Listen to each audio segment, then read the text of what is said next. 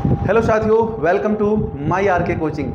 स्वागत है आप सबके अपने परिवार में। मैं हूं रितेश सर। साथियों, जितने भी बच्चे क्लास 10th यूपी बोर्ड में पढ़ते हैं, आप सबकी मैथमेटिक्स के लिए हम आज एक बहुत शानदार वीडियो लेकर के आए हैं। साथियों, जितने भी बच्चे क्लास 10th में पढ़ते हैं, यूपी बोर्ड के स्टूडेंट्स हैं, मैं आपको बता दूं कि आज मैं आपके मैथ्स का फर्स्ट चैप्टर, जिसका नाम है वास्तविक संख्याएं, रियल नंबर्स, ठीक है।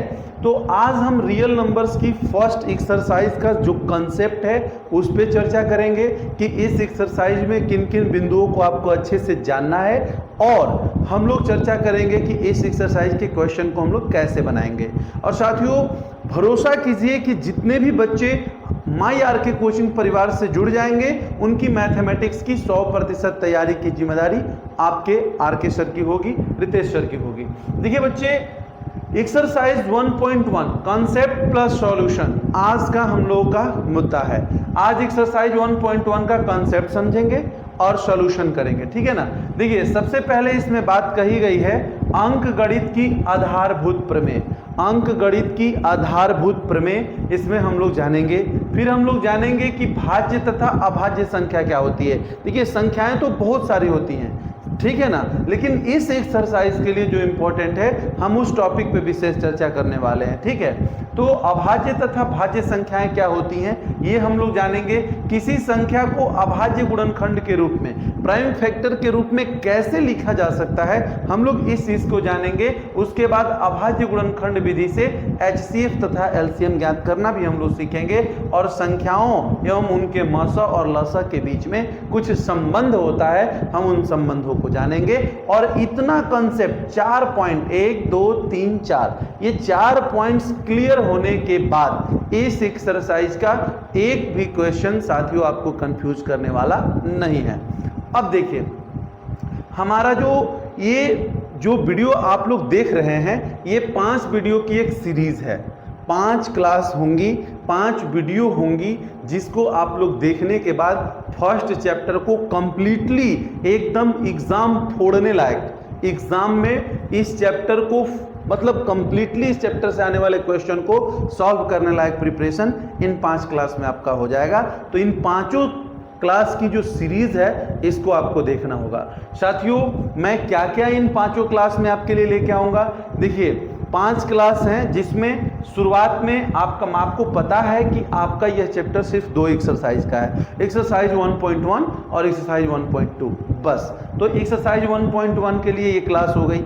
1.1 का सॉल्यूशन में कुछ क्वेश्चन बच गए, नेक्स्ट क्लास में हो जाएगी 2 क्लास।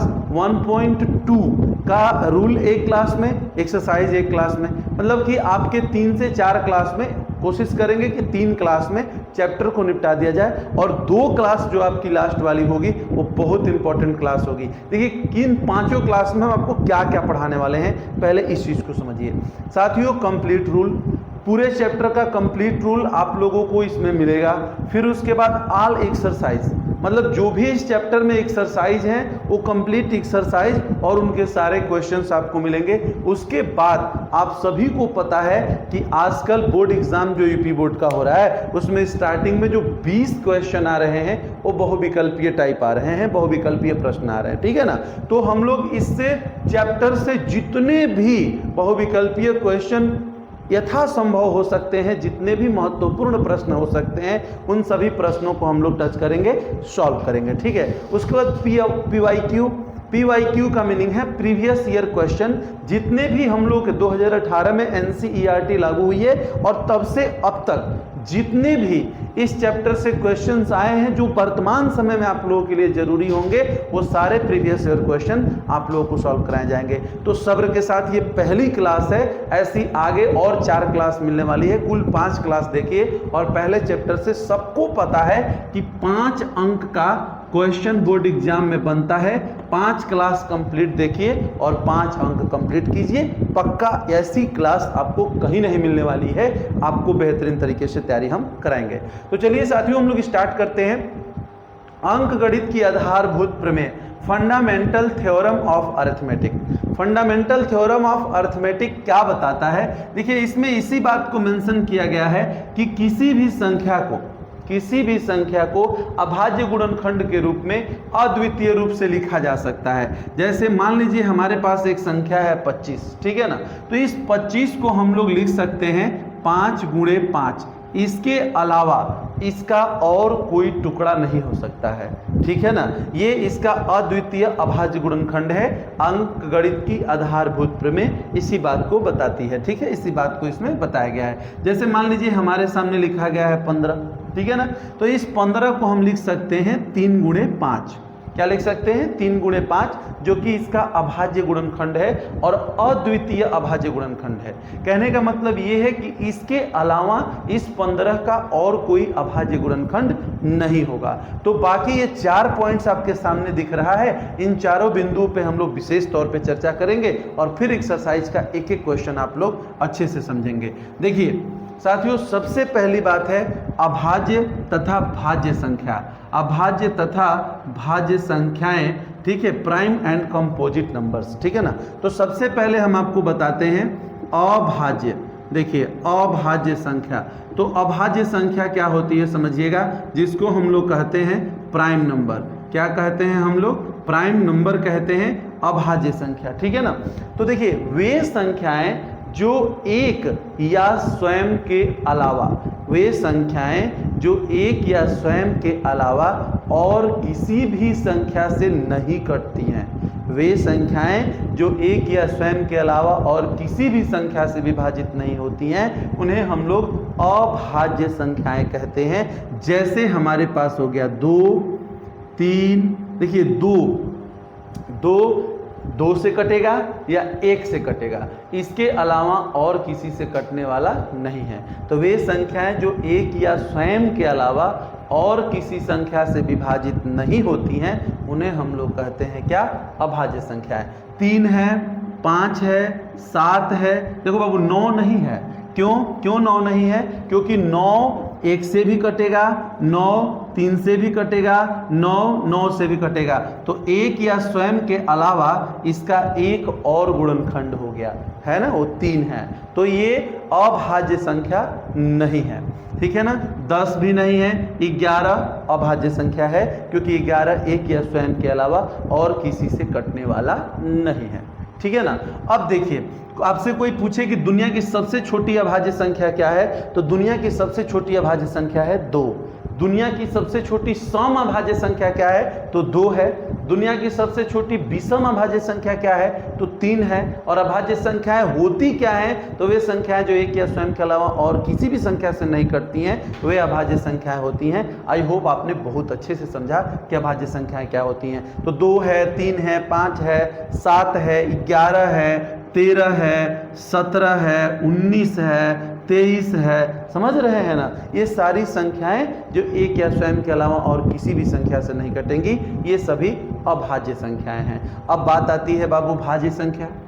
ये इस एक्सरसाइज में सिर्फ 2 ही संख्याओं को मैं इसलिए मेंशन किया हूं क्योंकि ये 2 ही संख्याएं इस एक्सरसाइज को सॉल्व करने के लिए इंपॉर्टेंट है, ठीक है ना। अब देखिए इसमें अगला क्या है, भाज्य संख्या।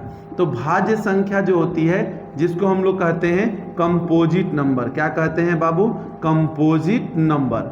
देखिए तो भाज्य संख्या जो होती है कंपोजिट नंबर, वे संख्याएं जो एक या स्वयं के अलावा और भी किसी संख्याओं से कट जाती हैं, उन्हें हम लोग कहते हैं भाज्य संख्या। जैसे मान लीजिए हमारे पास 4 है, तो 4 हमारा 1 से भी कट जाएगा, 2 से भी कट जाएगा, 4 से भी कट जाएगा। तो एक या स्वयं के अलावा एक और भी संख्या है, वो है 2, जो इस 4 को कटा सकता है। तो 4 एक कैसी संख्या हुई, तो 4 हमारी भाज्य संख्या हुई, ठीक है ना। 4 है, 6 है, 8 है, 9 है, 10 है, 12 है, 14 है, 15 भी है, 16 है, 18 है, 20 है, 21 भी है, 22 भी है, 23 नहीं है, 24 है। ऐसे इसका कोई अंत नहीं है, अनंत है, ठीक है ना। 6 1 से भी कट जाएगा, 6 से भी कट जाएगा, 2 से भी कट जाएगा, 3 से भी कट जाएगा। तो जो संख्या एक या स्वयं के अलावा और भी किसी संख्या से कट सकती है, उसे हम लोग कहते हैं भाज्य संख्या। साथियों इस पूरे चैप्टर के सॉल्यूशन तक जब हम लोग एंड तक पहुंचेंगे, जब हम लोग PYQ करेंगे, प्रीवियस प्रीवियस ईयर क्वेश्चन करेंगे तो हम उन सभी टॉप क्वेश्चंस को लेकर के आएंगे जो बोर्ड एग्जाम सोचता है, जो बोर्ड एग्जाम बनाता है, जो बोर्ड एग्जाम अपने तरीके से समझता है कि ये क्वेश्चन विद्यार्थी के लिए बेहतर होगा या ऐसा क्वेश्चन पूछा जा सकता है। तो समझिए, उन सभी क्वेश्चन को करने के लिए आप लोगों को जानकारी होना चाहिए, पता है किस चीज का? नंबर्स का।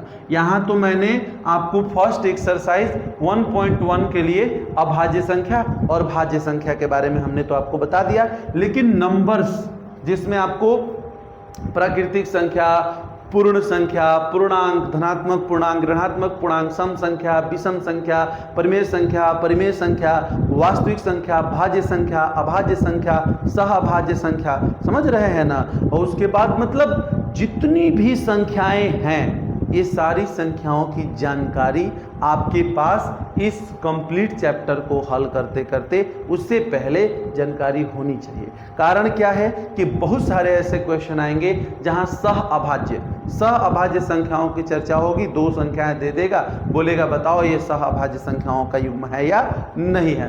तो ऐसी परिस्थिति में आप सभी को नंबर्स के बारे में डिटेल जानना होगा। तो साथियों, इस वीडियो के बाद या आपका ये पूरा सीरीज 5 क्लास आप देखिए, कोई बात नहीं, लेकिन आपको हमारे चैनल पे एक वीडियो और मिल जाएगी जिसमें आपको सबसे बड़े हेडिंग थंबनेल में देखने को मिलेगा, संख्या, नंबर्स। उस पूरी क्लास को देखिए। नंबर सिर्फ इसलिए इंपॉर्टेंट नहीं है कि आप क्लास 10th में पढ़ते हैं तो नंबर को जानना जरूरी है, क्लास 9th के स्टूडेंट हैं तो नंबर को जानना जरूरी है, नहीं, बल्कि नंबर का मैं इतना डिटेल उसमें आपको बताया हूं कि आपको कंप्लीटली नंबर की जानकारी होगी कंपटीशन लेवल तक। और ऐसा कोई कंपटीशन नहीं है जिसमें नंबर्स का डिटेल ना दिया गया हो, जिसमें नंबर पे चर्चा ना किया गया हो। समझ रहे हैं साथियों? तो नंबर वाली क्लास जाकर के जरूर देखिए, और पूरे नंबर्स को अच्छे से बारीक से समझाया गया है।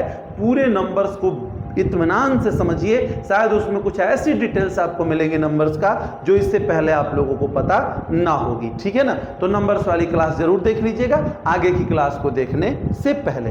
ठीक है? तो हमने आपको बताया अभाज्य संख्या तथा भाज्य संख्या। अब अगले बिंदु पे हम लोग चर्चा करेंगे। देखिए, अगला बिंदु हम लोगों का ये है कि किसी संख्या को अभाज्य गुणनखंड के रूप में लिखना। किसी संख्या को किस रूप में लिखना बाबू? अभाज्य गुणनखंड के रूप में लिखना। जैसे मैं एग्जाम्पल्स में कुछ क्वेश्चंस ले लेता हूं, ठीक है, जैसे फर्स्ट, सेकंड, थर्ड, फोर्थ। मैं आप लोगों के बुक से ही कुछ क्वेश्चंस उठा रहा हूं जो आपके बुक में ऑलरेडी गिवन है। जैसे 118 और 115, ठीक है, उसके बाद 112 और 240, उसके बाद 72, 120 और उसके बाद 830 और 1260। हमने आपके सामने ये ढेर सारी संख्याएं लिख ली है आपके प्रैक्टिस को ध्यान में रखते हुए। ठीक है ना? तो किसी संख्या को अभाज्य गुणनखंड के रूप में लिखना। पता है अभाज्य गुणनखंड क्या होता है? उस संख्या का वह गुणनखंड जिसके अलावा अद्वितीय होता है, यानी उसके अलावा उस संख्या का कोई दूसरा गुणनखंड हो ही नहीं सकता। ठीक है ना? तो इन सभी संख्याओं को हमें अभाज्य गुणनखंड के रूप में लिखना है। तो देखिए कैसे लिखते हैं। जैसे सबसे पहला नंबर पे हमारा क्या है? 118 है। ठीक है ना? तो हम लोग 118 का प्राइम फैक्टर करेंगे, 2 से कटाइए। ठीक है? तो 2 5 10, 1 जाएगा, 2 9 18, 59 हो गया। और ये 59 किसी संख्या से नहीं कटेगा, तो 59 से एक बार में कटेगा। तो 118 का अभाज्य गुणनखंड क्या हुआ? तो 2 गुणे 59 हो गया। कितना हो गया बाबू? 2 गुणे 59 हो गया। और उसके बाद देखिए 115 है, तो 115 का अभाज्य गुणनखंड क्या होगा?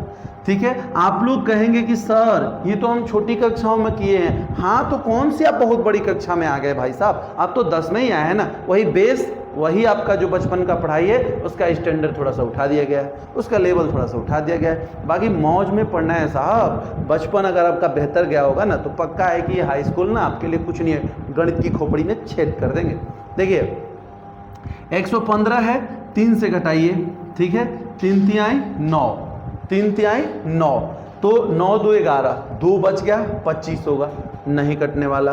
तो इसको अब 3 से नहीं कटा के हम 5 से कटाएंगे, तो 5 दूनी 10, 1 जाएगा।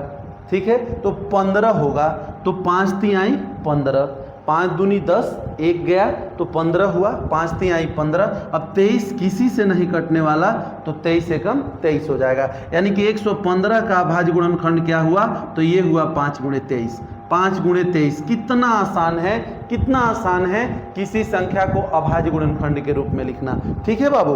अब देखिए सेकेंड नंबर में भी आपके दो संख्याएं हैं 112, तो 112 को हमें अभाज्य गुणनखंड के रूप में लिखना है।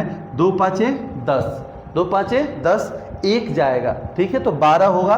2 6 12, 2 से 2 दूनी के 4, 1 जाएगा। 2 8 16, 2 एकम 2, और 2 चौके 8, और 2 से 2 7 14, और 7 एकम 7। ठीक है ना, तो ये हुआ 2 2 2 2 और 7। 2 दूनी के 4 दूनी 8 दूनी 16, 16 7 112। ठीक है, अब हम इसको इस प्रकार से लिखे हैं, 4 बार 2 आया है, तो इसे हम लिख देंगे 2 की पावर 4 इंटू 7, 7। ठीक है, ये हम लोग का हो गया इस 112 का क्या, अभाज्य गुणनखंड। और अद्वितीय होता है, इसके अलावा इसका कोई दूसरा अभाज्य गुणनखंड नहीं होता है। अब देखो बाबू नेक्स्ट नंबर क्या है भाई हमारे मेरे प्यारे साथी, 240 है। अब देखिए 240 जो है इसका हम लोग अभाज्य गुणनखंड करते हैं। ठीक है ना, तो देखिए 2 से 2 एकम 2, ठीक है, उसके बाद 2 दूनी के 4, 2 एकम 2, 2 दूनी 4, 0 उतार देंगे। 2 से 2 6 12 0, फिर 2 से 2 3 6 0, फिर 2 से 2 एकम 2, और 2 5 10। ठीक है, फिर 2 से नहीं कटेगा, 3 से कटेगा, 3 5 15, और 5 एकम 5। ठीक है ना, तो 2 into 2 into 2 into 2 into 3 into 5। ठीक है, 2 दूनी के 4, 4 दूनी 8, 8 दूनी 16, 16 5 80, 8 3 के 24, 240। इसे हम कैसे लिख सकते हैं, तो इसे हम लिख सकते हैं बाबू 1 2 3 4, 4 बार है 2, तो 2 की पावर 4 गुणे 3 गुणे 5, ये रहा इसका अभाज्य गुणनखंड। ठीक है ना, मुझे भरोसा है कि आपको यही लग रहा होगा कि अभाज्य गुणनखंड किसी संख्या का लिखना बहुत ही आसान है। किसी संख्या का अभाज्य गुणनखंड लिखना बहुत ही क्या है बाबू, आसान है। ठीक है ना, अब देखिए थर्ड नंबर पे थोड़ी सी जो है संख्याओं का रूप में बदलता गया हूं ताकि आप लोगों की मैक्सिमम प्रैक्टिस हो सके। क्योंकि अगर किसी संख्या को अभाज्य गुणनखंड के रूप में लिखने का अगर आपके एग्जाम में पूछ दिया ना, 1 मार्क्स से ज़्यादा नहीं देगा, 1 अंक ही देगा। बाबू पूरे 5 क्लास में इतनी प्रैक्टिस करवा देंगे, 5 अंक में 1 अंक भी माई आर के कोचिंग की 5 क्लास से बाहर नहीं जाने देंगे। ठीक है ना, बस आपको प्रैक्टिस अच्छे तरीके से करने हैं। अब देखिए हमारा है 72, 72 है ना, तो 72 का प्राइम फैक्टर कीजिए।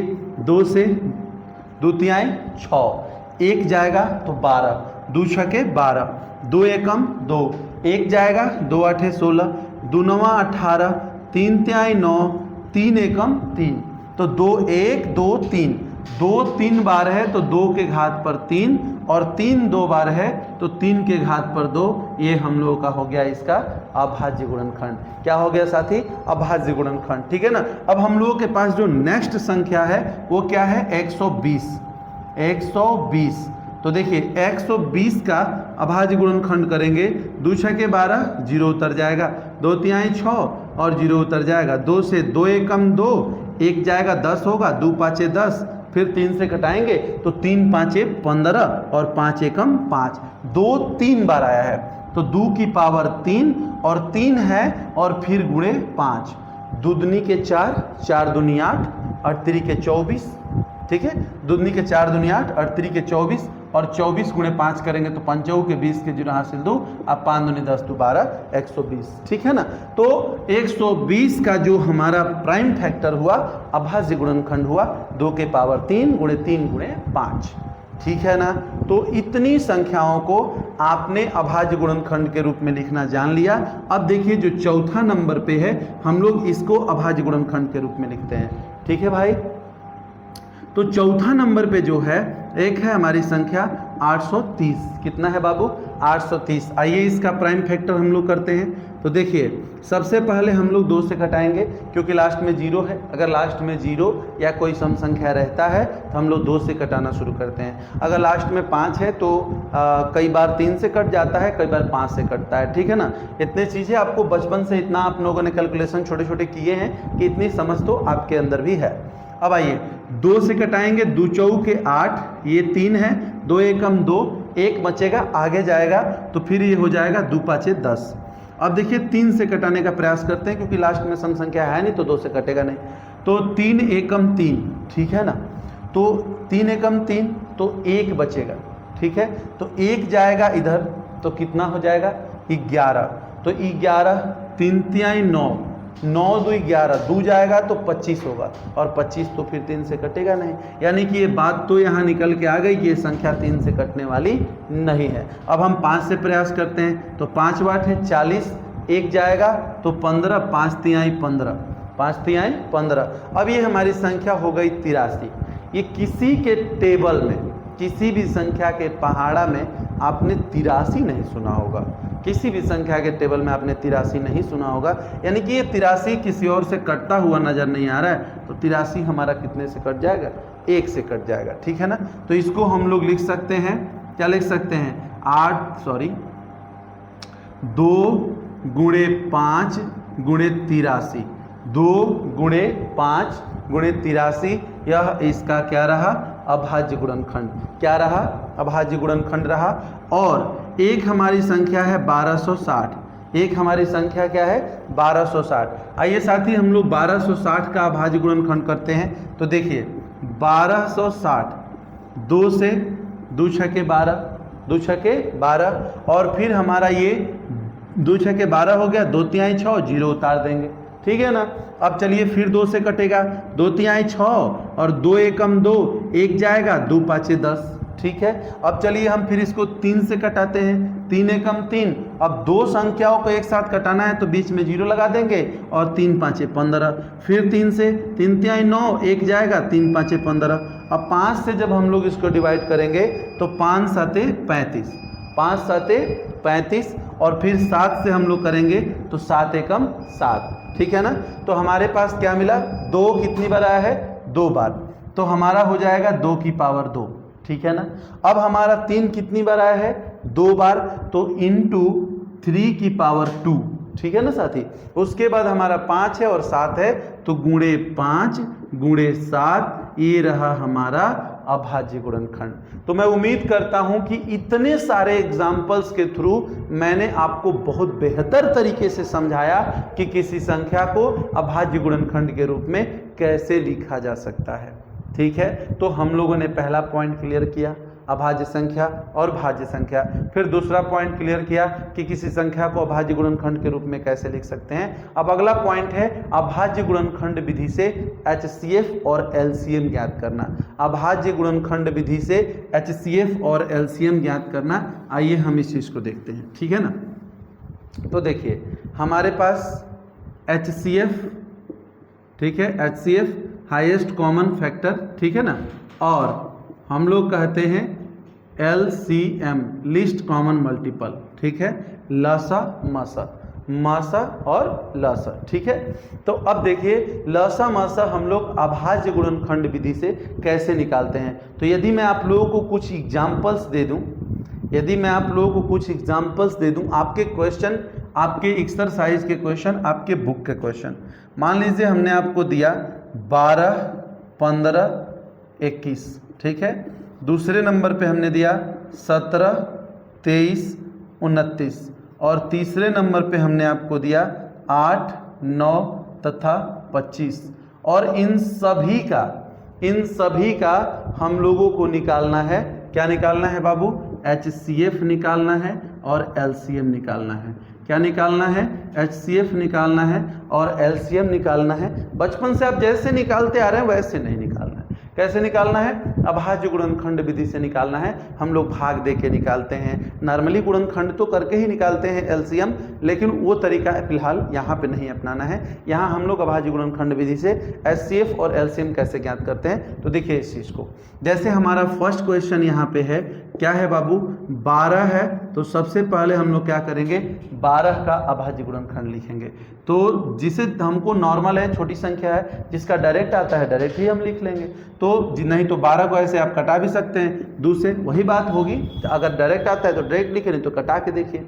तो 2 छः के 12, 2 तिहाई 6, 3 एकम 3।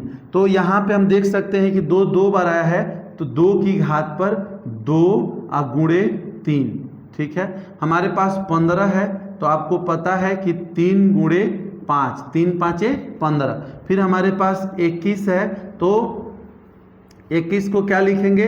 तो 21 को हम लोग लिख सकते हैं 3 गुणे 7। क्या लिख सकते हैं? 3 गुणे 7, 3 7 21। अब बाबू हमको निकालना है HCF, हमको निकालना है LCM। तो देखिए HCF कैसे निकालते हैं, यहीं पे थोड़ा सा सीखने लायक बात है, बहुत बारीकी सा पॉइंट है, बढ़िया से ध्यान देंगे। तो है गाजर का हलवा, ठीक है ना, है बहुत आसान। और जितने भी बच्चे हैं भाई यूपी बोर्ड वाले, आप सबका स्वागत है यूपी बोर्ड में। आप लोग हाई स्कूल में पहुंच गए हैं, ठीक है ना। माँ बाप को आपको 10 साल का रिजल्ट दिखाना है। 10 साल से जो आपने बोली, लोगों की ताने, लोगों की डांट, ठीक है ना, माँ बाप का प्यार दुलार डांट, सब कुछ आपने देखा है। जो पैसे आप लोगों पे खर्च हुए हैं, उन सब को चुकाने का समय आया है। हाई स्कूल में रिजल्ट दिखाने का समय आया है। सबकी उम्मीदें लगी हुई हैं। पता है जिन रिश्तेदारों के यहाँ ना आप हर तीसरे दिन, हर आए दिन, हर हफ्ते पहुँचे रहते हैं ना, सबसे पहले अगर रिजल्ट बिगड़ा ना, तो उन्हीं का कमेंट होगा आपके लिए। पता है क्या उनका कमेंट होगा? अरे क्या पढ़ता था, ये तो हमेशा घूमता ही रहता था, हफ्ते दिन में हमारे यहाँ आता था, ऐसे ही और जगह पे जाता था। तो वही लोग ताना मारेंगे जिन्हें आप बहुत ज़्यादा प्यार करते हैं। तो भाई ये समय है अपने को टाइम देने का, अपने ऊपर मेहनत करने का, ठीक है ना। आ जाओ भाई, HCF कैसे निकालते हैं? तो देखो बाबू, हम देखते हैं तीनों में कॉमन, ठीक है, 3 है ना संख्याएं, तो तीनों में कॉमन। तो तीनों में कॉमन क्या है? 3 है। और कॉमन का सबसे मिनिमम पावर क्या? सबसे मिनिमम पावर, तो सबकी पावर तो 1 ही है ना, तो कॉमन का मिनिमम पावर 1 हुआ, तो हम लोग यहाँ पे ले लेंगे 3 की पावर 1 मतलब 3, और वही हमारा हो जाएगा HCF। अब देखिए मौसा तो निकल गया, ठीक। अब LCM कैसे निकालते हैं बाबू?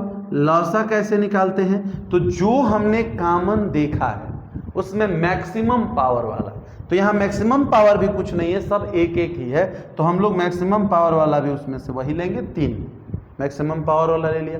बाकी जो कॉमन नहीं है, जो सब बच गए, उन सभी को बोलते हैं भाई साहब तुम आ जाओ हमारी टोली में, क्योंकि हम LCM निकालने चले, सबको बुला लेते हैं। तो 2 की पावर 2 है, तो 2 की पावर 2, फिर हमारा ये तो कॉमन में का मैक्सिमम पावर हो ही गया, फिर 5 है, फिर 7 है। चलो बाबू, 2 दूनी के 4, 4 तिहाई 12, 12 पाँचे 60, 60 गुणे 7, 6 7 42 और एक 0 है, 6 7 42 और एक 0 है, 420। ये रहा आपका 12 15 21 का LCM, ठीक है ना। ये HCF है और ये LCM है। अब चलो बाबू हम आगे बढ़ते हैं, ठीक है ना, और अगले बिंदु पे हम लोग देखते हैं। अगला नंबर हम लोगों का क्या है? सेकेंड नंबर पे। तो सेकेंड नंबर पे है 17। तो आपको पता है कि 17 एक अभाज्य संख्या है। अभाज्य का मतलब जो एक या स्वयं के अलावा और किसी से नहीं कर सकता, तो इसके प्राइम फैक्टर को हम 1 गुणे 17 से ज़्यादा कुछ नहीं लिख सकते। हमारे पास 23 है, तो 23 को हम 1 गुणे 23 से ज़्यादा कुछ नहीं लिख सकते। हमारे पास 29 है, तो हम 1 गुणे 29 से ज़्यादा कुछ नहीं लिख सकते, क्योंकि ये तीनों संख्याएं अभाज्य संख्याएं हैं, जो कि हम लोगों ने ऊपर डिस्कस किया था। ठीक है बाबू। अब देखिए हमें निकालना है इसका HCF। क्या निकालना है बाबू? HCF निकालना है। और देखिए HCF जो हमें निकालना है ना, तो इसमें कॉमन देखते हैं। तो कॉमन जहां कुछ नहीं है, where not any value is common, where always common क्या? 1। जहां कुछ कॉमन नहीं होता है वहां एक कॉमन होता है। तो इसमें एक कॉमन है और कॉमन की मिनिमम पावर, तो मिनिमम मैक्सिमम क्या? 1 की पावर 1 है, 1 सिंगल है, तो इसका HCF होगा 1। HCF क्या होगा बाबू 1। वहीं जब बारी LCM की आएगी, LCM तो कॉमन में मैक्सिमम पावर, तो अगर हम 1 ले भी लेते हैं तो कोई दिक्कत ना है, गुणा करने से कोई फर्क नहीं पड़ेगा। तो 1 को छोड़िए और इसमें जो भी कॉमन नहीं है सबको लेना है, यानी हमें 17 गुणे 23 और गुणे 29 सभी को लेना पड़ेगा। 17 गुणे 23 गुणे 29। तो आइए हम लोग 17 को 23 से गुणा करते हैं, ठीक है बाबू। 3 7 21 के 1 हासिल 2 और 3 एकम 3 और 2 5। 3 7 21 के 1 हासिल 2 और 3 एकम 3 2 5, काट देंगे 1। 2 7 14 के 4 हासिल 1 और 2 एकम 2 1 3, 1 9 3, 391। अब 391 को हम 29 से गुणा करेंगे, ठीक है ना।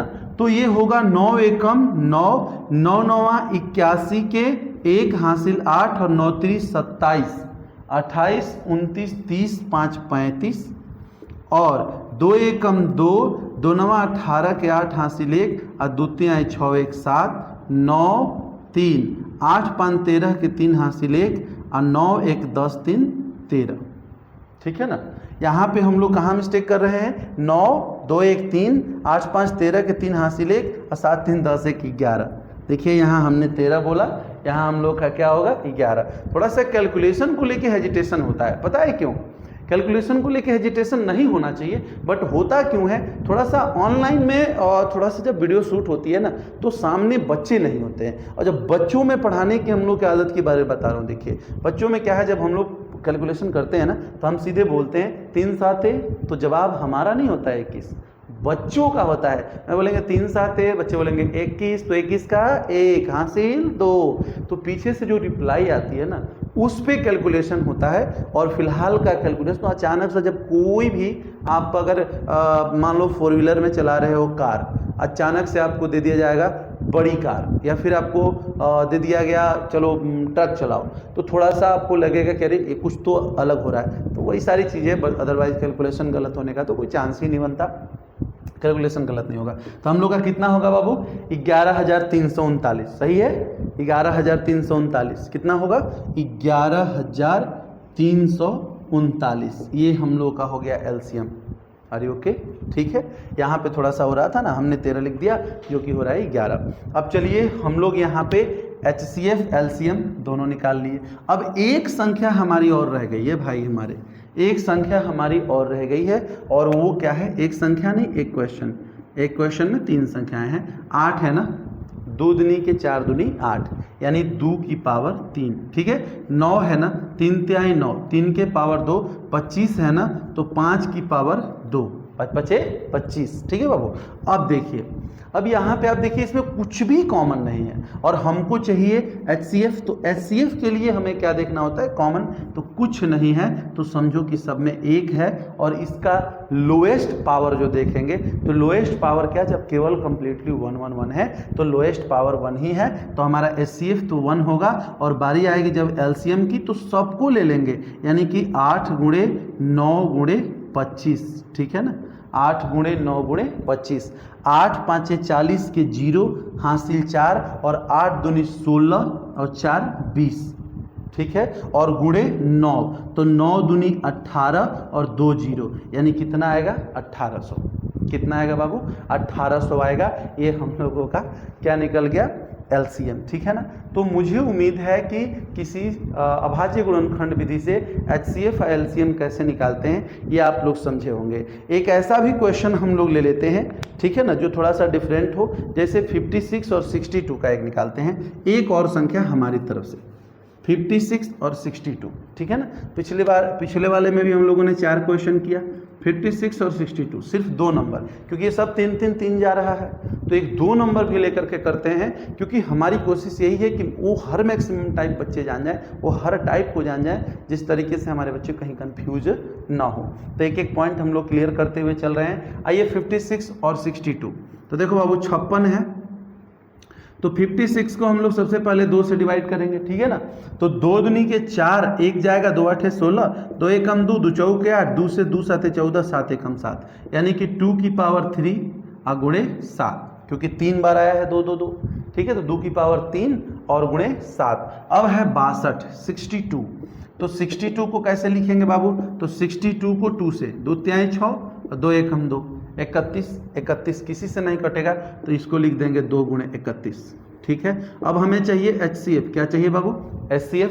तो दोनों में कॉमन, और कॉमन में इसकी पावर 3 है और इसकी पावर 1 है, तो कॉमन में मिनिमम पावर। ठीक है, तो कॉमन में मिनिमम पावर कितना होगा बाबू? 2। 2 की पावर 1 है तो 2 की पावर 1 मतलब हमारा 2। ये रहा HCF। जो कॉमन नहीं है उससे कोई लेना देना नहीं है। जो कॉमन है उसमें सबसे कम घात वाले को ले लेंगे। अगर कॉमन कुछ और होता, समझिए 2 कॉमन है, ठीक है, और यहाँ 3 भी कॉमन होगा, 5 भी कॉमन होता। अगर 3 संख्याएं कॉमन होती तो तीनों कॉमन में हम मिनिमम पावर को देखते और तीनों में से मिनिमम पावर वालों को लाते और यहाँ मल्टीप्लाई कराते, वो हमारा HCF होता। डाउट क्लियर है? और LCM के बारे में तो आपको पता ही है कि कॉमन वाले का तो मैक्सिमम पावर लेते हैं, ये कॉमन है तो मैक्सिमम पावर 2 की घात पे 3 को ले लेंगे, और जो बच गए उन सभी को बुला लिया जाता है तो गुणे 7 और गुणे 31, दुदनी के 4 दूनी 8 गुणे 7 गुणे 31। अब चलिए 8 और गुणे 7 एकम 7, 70 के 21, 217, ठीक है ना। और 8 7 56 के 6 हासिल 5, 8 एकम 8, 5 13 के 3 हासिल 1, और 8 दूनी 16 और 16 एक 17, ठीक है, 1736। कितना आएगा? 1736 आएगा। ठीक है ना। ये हम लोगों का निकल गया HCF, ये हम लोगों का निकल गया LCM। आई होप कि आपको HCF LCM का पॉइंट क्लियर हो गया। ठीक है, तो हमने सीखा अभाज्य तथा भाज्य संख्याएं क्या होती हैं, हमने सीखा कि किसी संख्या को अभाज्य गुणनखंड के रूप में कैसे लिखा जा सकता है, हमने सीखा कि अभाज्य गुणनखंड विधि से HCF और LCM कैसे ज्ञात किया जाता है, और संख्याओं एवं उनके मसा और लसा के बीच संबंध अब हम लोग जानेंगे। ठीक है बाबू, तो चलिए इस चीज़ को हम लोग यहाँ से हटाते हैं और चौथी और लास्ट पॉइंट हमारे इस एक्सरसाइज के कॉन्सेप्ट में। इतने कॉन्सेप्टों को क्लियर करने के बाद इस एक्सरसाइज के एक सिंगल क्वेश्चन में भी आपको कंफ्यूजन होने वाला नहीं है। ठीक है बाबू, आइए हम लोग लास्ट पॉइंट देखते हैं क्या है। लिखा गया है कि संख्याओं एवं उनके मसा एवं लसा के बीच संबंध। ठीक है ना। तो देखिए, यदि दो पूर्णांक A तथा B हो, यदि दो पूर्णांक क्या हो बाबू? A तथा B हो, ठीक है ना। तो इसमें रिलेशन होता है, इसमें एक रिलेशन होता है, संबंध होता है। वो क्या होता है? पहला पूर्णांक गुणे दूसरा पूर्णांक बराबर इन दोनों का HCF गुणे इन दोनों का LCM। मतलब कि पहला पूर्णांक गुणे दूसरा पूर्णांक बराबर मसा, ठीक है ना, मसा आ गुणे लसा, ठीक है बाबू, ये होता है। आइए मैं आपको एक एग्जांपल से प्रूफ करा दूं पहले इस रिलेशन को। जैसे 12 और 18 है, हमारे पास कितने पूर्णांक है बाबू? 2, एक 12 और एक 18। तो पहले हम इनका अभाज्य गुणनखंड करते हैं। तो 4 तिहाई 12 यानी कि 2 की पावर 2 गुणे 3 18 है ना। हाँ, तो 18 2 3 3, 2 तिहाई 6, 6 3 18 यानी 2 गुणे 3 के घात पर 2। ठीक, अब इनका निकालेंगे HCF। क्या निकालेंगे बाबू? HCF। कॉमन में मिनिमम पावर तो 2 मिलेगा, कॉमन में मिनिमम पावर तो 3 मिलेगा, क्योंकि कम पावर वाला 2 के घात पे 1 है, कम पावर वाला 3 के घात पर 1 है, और 3 दूनी 6 यानी कि इसका HCF कितना आया? 6। इसका LCM कितना होगा? LCM कितना होगा? लिस्ट कॉमन मल्टीपल कितना होगा? तो कॉमन में मैक्सिमम पावर तो 2 के घात पे 2, कॉमन में मैक्सिमम पावर तो 3 के घात पे 2, ठीक है ना। दुदनी के 4, 3 तिहाई 9, 9 चौके 36। कितना आया बाबू? 36। अब चलो, पहला पूर्णांक तो कितना था बाबू? 12 था। दूसरा पूर्णांक तो कितना था? 18 था। HCF 6, LCM 36। चलो बाबू, 12 गुणे 18, ठीक, 2 8 16 के 6 हासिल 1, 2 एकम 2 1 3, और 1 8 8, 1 एकम 1 6, 8 2 10, 1 11 के 1 हासिल 1, और ये 216। कितना आया? 216 आया। अब हम लोग 36 में 6 से गुणा करेंगे, ठीक है ना। 36 में 6 से गुणा करेंगे तो 6 के 36 के 6, हासिल 3 और 6 3 18 19 20 21, तो 216 बराबर 216। यानी आपको यहाँ साफ साफ देखने को मिला कि अगर हमारे पास दो पूर्णांक हो तो उनका मसा, उनका लसा का जो गुणा होगा वह उन दोनों पूर्णांकों के गुणा के बराबर होगा। अब यहाँ से हम लोग एज फार्मूला अगर हम लोग एक एक के लिए हम लोग बनाना चाहें तो हम लोग ऐसे लिख सकते हैं कि अगर हमको पहला पूर्णांक निकालना हो तो HCF गुणे LCM अब बटा में दूसरा पूर्णांक, अगर हमको दूसरा पूर्णांक ही निकालना हो तो HCF गुणे LCM और बटा में पहला पूर्णांक। ठीक है बाबू, अगर हम लोगों को HCF निकालना हो तो पहला पूर्णांक गुणे दूसरा पूर्णांक, HCF निकालना है तो LCM को ट्रांसफर कर दो तो बटा में LCM हो जाएगा। अगर हमें LCM ही निकालना हो तो पहला पूर्णांक गुणे दूसरा पूर्णांक बटा में HCF हो जाएगा। ये होता है बाबू दो पूर्णांकों और उसके LCM और HCF में संबंध। तो आई होप कि हम लोगों ने ये 4 पॉइंट जो हम लोगों का रहा, जो इस एक्सरसाइज का कॉन्सेप्ट था, ये 4 पॉइंट, ठीक है, ये हम लोगों का 100% क्लियर हो गया।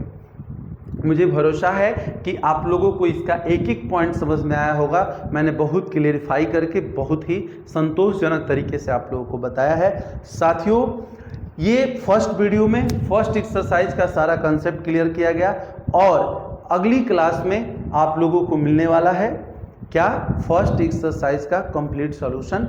एक एक प्रश्नों को बहुत बारीकी से समझाया जाएगा। तो मिलते हैं अगली क्लास में। थैंक यू सो मच, नमस्कार।